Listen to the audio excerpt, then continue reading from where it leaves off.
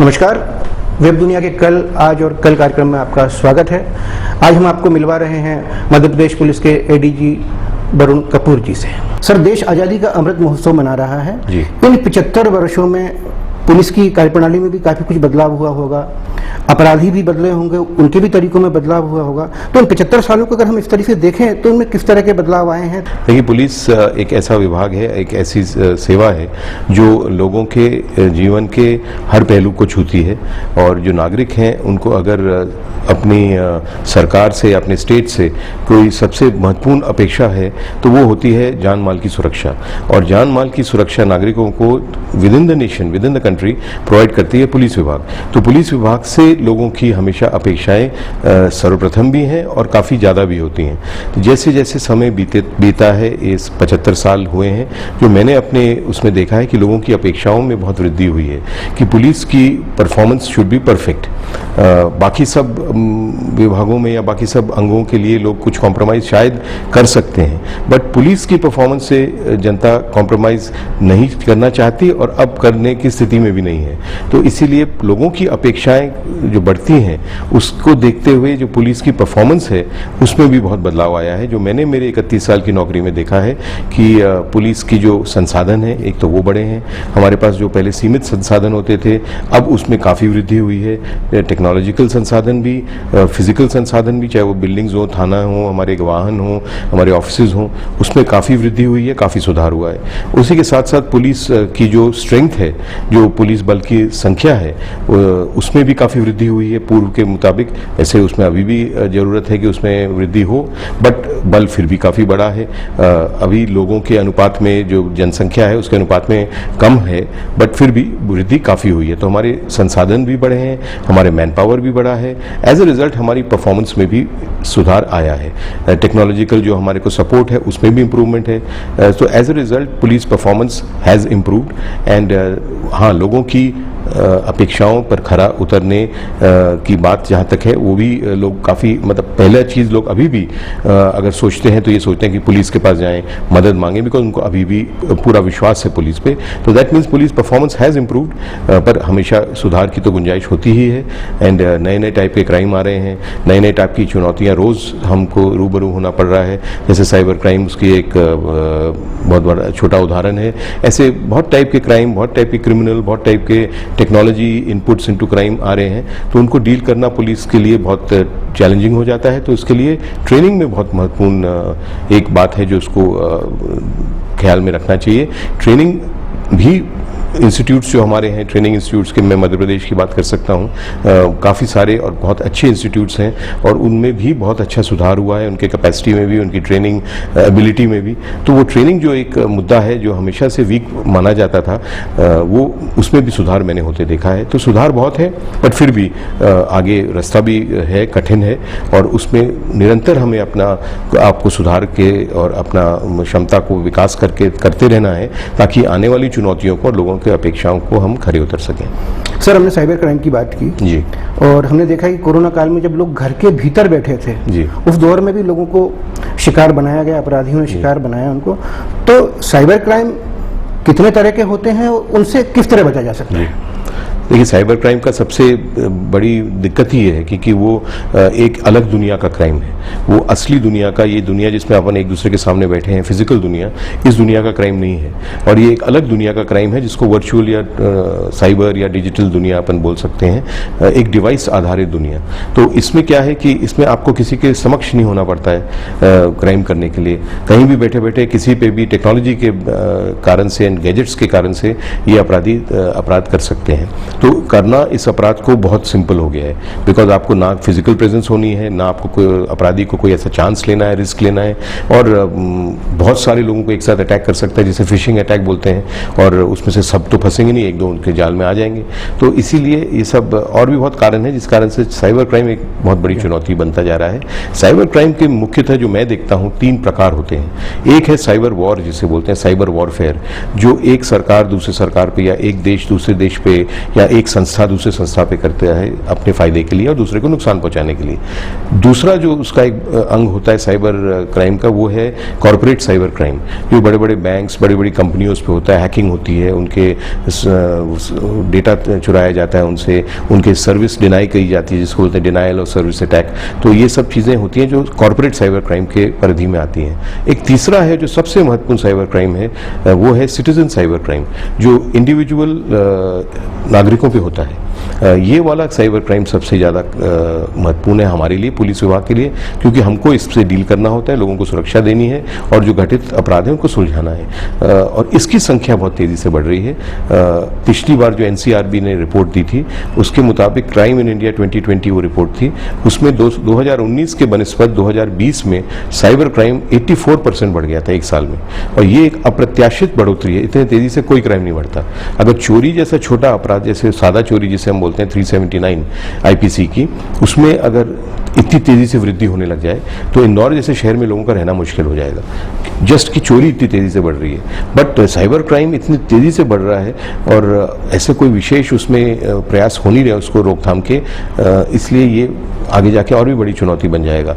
और क्योंकि लोगों का जो समय है वो धीरे धीरे बढ़ ही रहा है वर्चुअल वर्ल्ड में। अभी भी मैंने एक स्टडी करी थी 4 साल पहले, उसके मुताबिक कॉलेज के स्टूडेंट्स हमारे 29.8% समय एक दिन का वर्चुअल वर्ल्ड में बिता रहे थे। ये 4 साल पुराने फिगर है।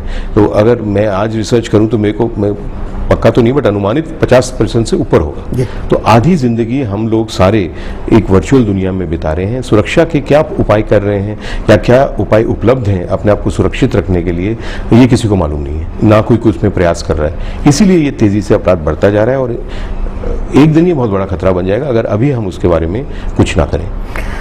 सर, आप वर्कशॉप कार्यशालाओं के माध्यम से लोगों को जागरूक करने का काम कर रहे हैं बहुत लंबे समय से। तब तक देखें तो आप कितनी वर्कशॉप ले चुके होंगे, एक्चुअल या वर्चुअल जो भी हैं? मैंने तो बहुत सारी वर्कशॉप ली। मेरे अलग अलग अभियान है। मेरा मेन अभियान जो है वो है ब्लैक रिबन इनिशिएटिव, जिसमें मैं स्कूल, कॉलेज, संस्था, डिपार्टमेंट सब जगह जाता हूँ, पूरे इंडिया में भी, नहीं विदेश में भी।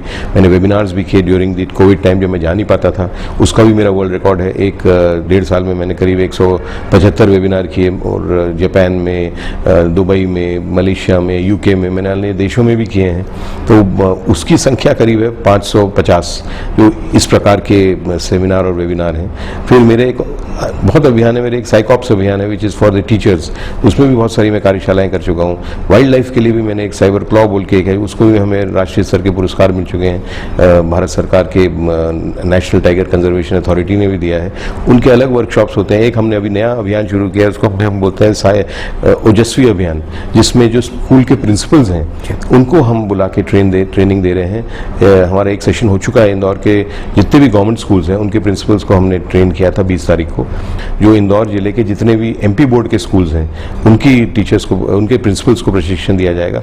ऐसे करके हम 4 सेशंस में इंदौर जिले के जितने भी स्कूल हैं उनके प्रिंसिपल्स को हम कवर करेंगे। डिपार्टमेंट ऑफ एजुकेशन हमारे साथ मिलके काम कर रहा है और फिर हम डेटा लेंगे बच्चों का उन सबसे जो 9th, 10th, 11th, 12th में हैं, और फिर हम डायरेक्टली अपना साइबर सिक्योरिटी का मटेरियल उनके मोबाइल पे पहुंचाएंगे।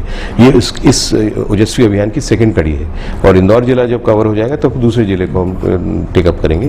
तो ये एक और अभियान है। तो ऐसे मैंने बहुत सारे ट्राई किए हैं ताकि संदेश सुरक्षा का लोगों तक पहुंच सके, क्योंकि मेरा मानना है और ये फैक्ट भी है ऐसा कि अगर साइबर क्राइम से बचना है किसी को, और मेरे को भी, आपको भी, किसी को भी, उस तरीका सिर्फ एक है उसका लिए। बेस्ट तरीका नहीं, तरीका एक है और वो है आपकी जागरूकता। जितने आप जागरूक होगे उतने आप सतर्क होगे, उतने आप सुरक्षित होगे। और कोई तरीका नहीं है। आपको साइबर वर्ल्ड में कोई सुरक्षा नहीं दे सकता, मैं भी नहीं दे सकता पुलिस अधिकारी के रूप में।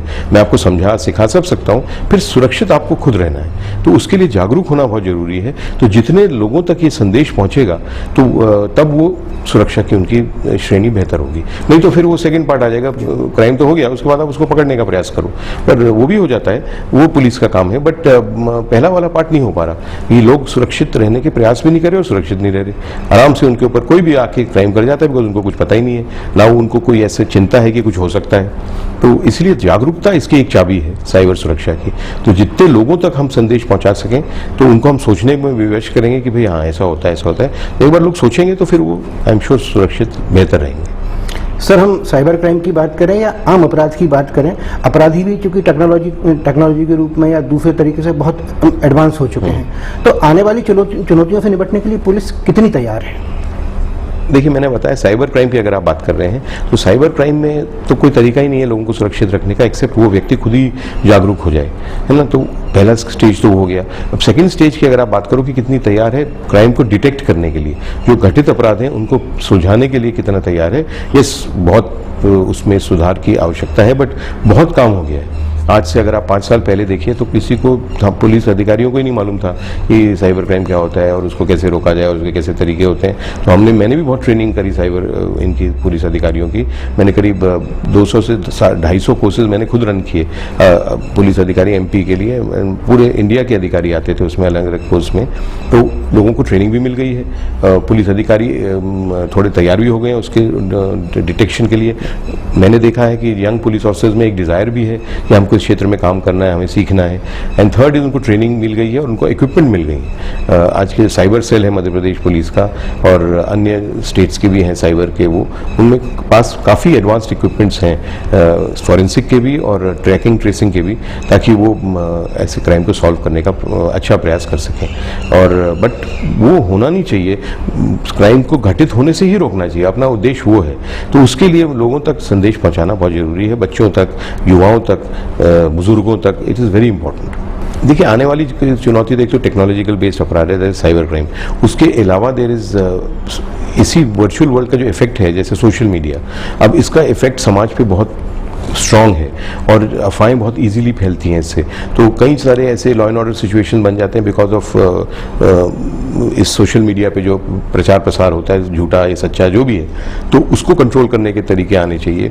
बाकी क्राइम जो है, ट्रेडिशनल क्राइम जिसे बोलते हैं, मर्डर हुआ, अबडक्शन हुआ, ये हुआ, उसके लिए तो जो टेक्नोलॉजिकल हमारे पास टूल्स हैं, जैसे सीसीटीवी कैमराज हैं, ड्रोन सर्वेलेंस है, आजकल कॉल इंटरसेप्शंस हैं, देयर सो मेनी थिंग्स जो टेक्नोलॉजी ने सहारा दिया है पुलिस को और लॉ इन्फोर्समेंट एजेंसीज को, वो बहुत कारगर सिद्ध हो रहा है। बहुत सारा क्राइम रुक रहा है because of technological surveillance and बहुत सारा क्राइम डिटेक्ट भी हो रहा है बिकॉज ऑफ ये टेक्नोलॉजिकल सपोर्ट। अब बाकी पुलिसिंग के जो ओरिजिनल मेथड है, पेट्रोलिंग हुआ, इन्फॉर्मर्स को डेवलप करना हुआ, आपके पूछताछ है, आपकी बातचीत है लोगों से एरिया में जाके, वो तो हम यूज़ कर ही रहे हैं, ट्रेडिशनल मेथड्स जो हैं। बट ये जो टेक्नोलॉजिकल इनपुट्स आए हैं, चाहे वो गैजेट्स हों, चाहे वो सोल्यूशंस हों टेक्नोलॉजी के, उन्होंने बहुत सपोर्ट करा है क्राइम को कंट्रोल करने के लिए, पुलिस के साथ एक फोर्स मल्टीप्लायर के रूप में बन के।